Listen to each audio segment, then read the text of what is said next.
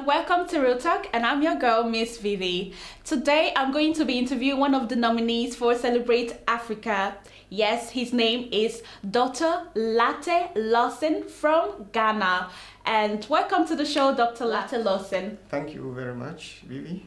Yeah, thanks for being here and thanks for your time. I know you're a very busy man. And you've been nominated for the Celebrate African Award 2014, which is taking place on the 27th of this month. How do you feel about your nomination? Oh, that's quite a great question. Basically, I'm happy about that because I see it as an opportunity to show that it is possible to be in this country and make your way through to the high level of academic qualification. It's more just a question of that you believe it can be done and that you should do that. So, like you've been nominated for best academic achievement, and you are a doctor. So what kind of doctor are you? To say it in the Ghanaian or the African way, I'm a book doctor. Yeah. I got my PhD from the University of Copenhagen somewhere 2003. In agricultural economics. So that's how the name doctor came. So you said you got your PhD from University of Copenhagen. University of Copenhagen in 2003. Yeah. That means you've been living in this country for a long time. Oh, of course, yes. How long have you been in Denmark? I came here in 1981. Whoa, so some of us weren't born then. That was a long time ago. So I had a long process and if I use this opportunity to tell about my educational background, it was built in blocks. Okay. When I came in 81, I took an education as a farmer in Jutland on Fune. I finally finished with this technical education, farmer technical education. So I started working at the University of Copenhagen as a technician. So whilst I was at the university, I studied along during the period, and then I finished my master's in 1999. Yeah. And then I got the PhD appointment at the same time, which I just studied for until 2003. I got a PhD in specifically in animal health economics. Yeah, because I was an agricultural economist by my master's thesis. Yeah, and since then I was working as a researcher in the economic department of agriculture at the University of Copenhagen. I did that for 6 years before I joined the Ministry of Food, Agriculture and Fisheries in 2010. And I've been there since. And you've been there since then? Yeah. Wow, that's quite a journey from, Yeah. So I always make this joke. I don't know what is called unemployment since I came here. So if you ask me to go unemployed today, I think I would probably get crazy because I don't know how to figure out not to be employed. Because you're always active, you always have something going on. Something going on, and I've always been working actually. When I went to the farming school, I was also working part-time in Onse to get some pocket money for myself. So there's always been constant activity with regards to work and how I spend my leisure times. So that's roughly about my educational background. But actually, with my present work, I do something on. I work as a statistician at the department, where my focus is on impact measurements, measuring the effect of the things we do.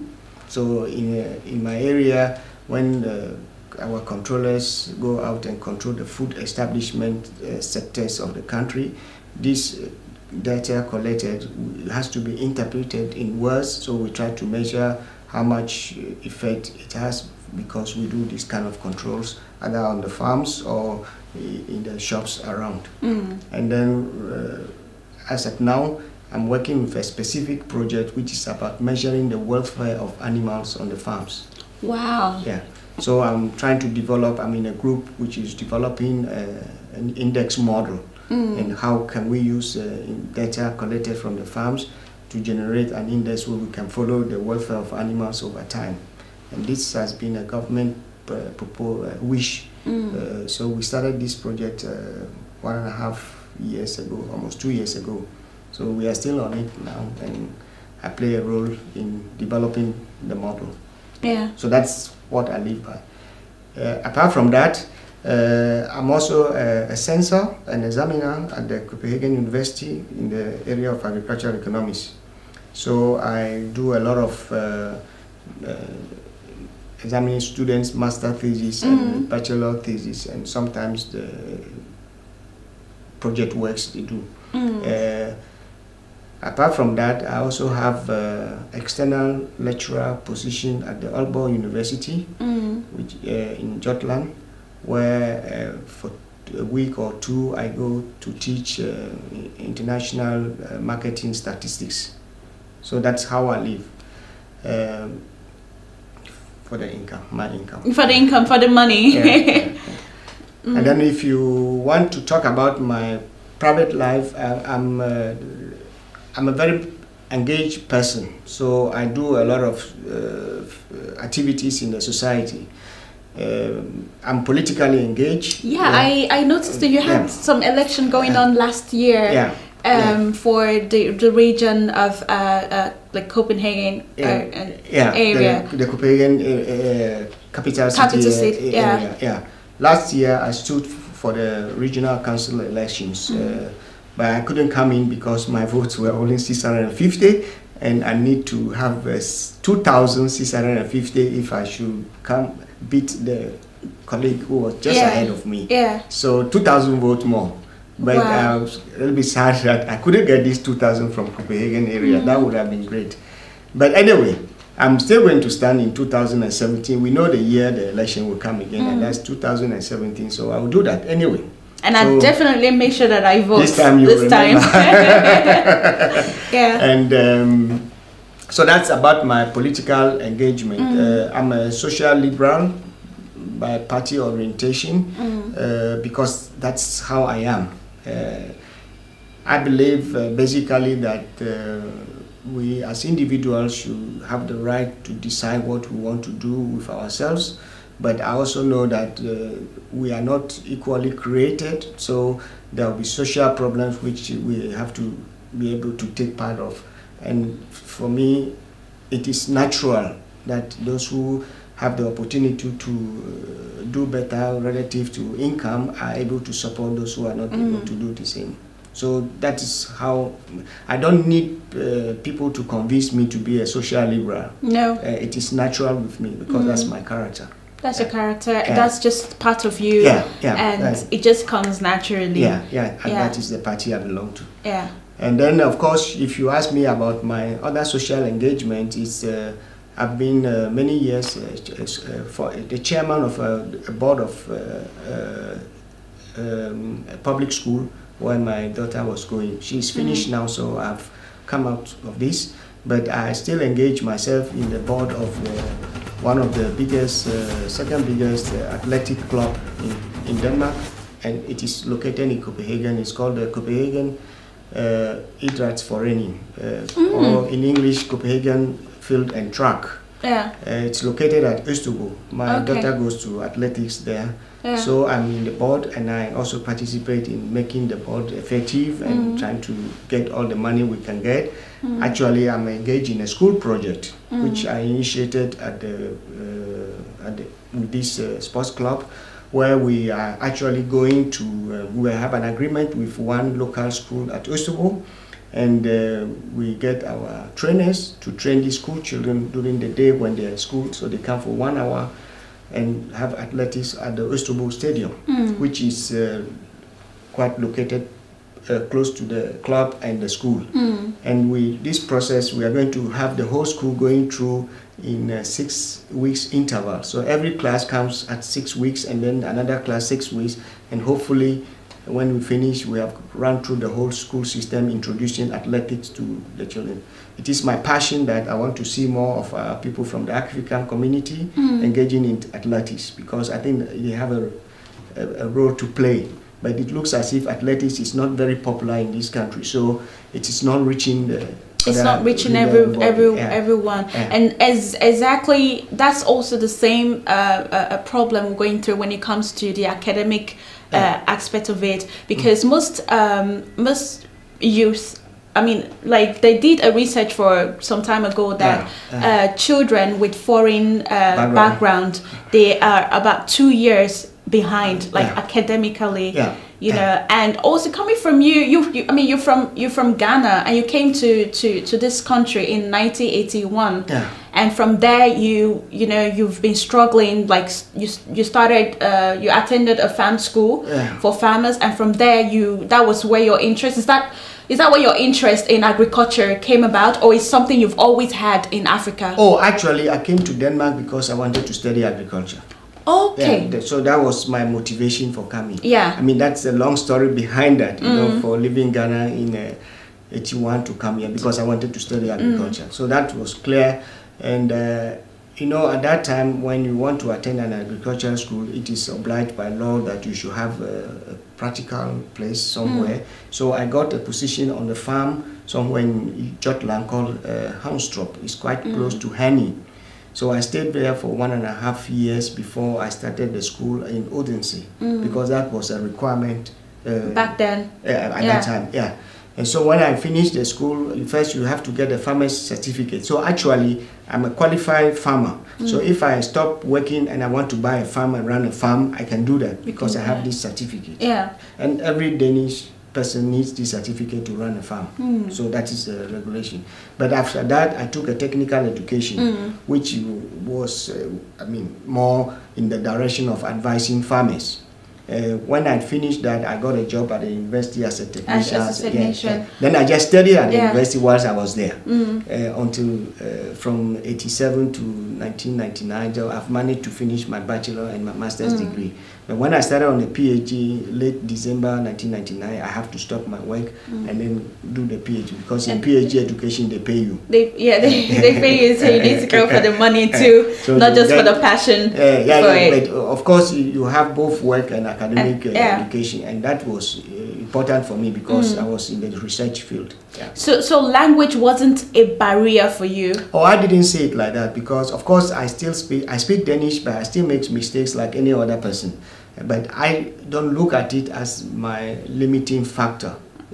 When I started some years ago, I wasn't very good at Danish, but I speak as much as I could do and build up myself in that direction. I write pretty good Danish today, but I have the simple, funny mistakes we can make because we are basically from a third country, and I came here when I was at the age of 25. So I didn't. So you were still young. Your brain was still fresh. No, but 25, it's not as the same as somebody coming here at the age of 8 or 9 who goes to the primary school. Exactly. They do better than us actually when it comes to studying the language. But the important thing is that they are in school. That is where your question comes back to why the children are behind. Why the children are behind, because the research showed that, you know, kids with foreign background, they are like 2 years ahead. I was like, that's very, very sad, because I remember when I was younger going to school, it was also a very difficult time for me, because at home we speak something else. You know, we speak English and, you know, our native language, and in school we have to speak Danish, and it was very difficult for me, like communicating with my peers, like with my friends.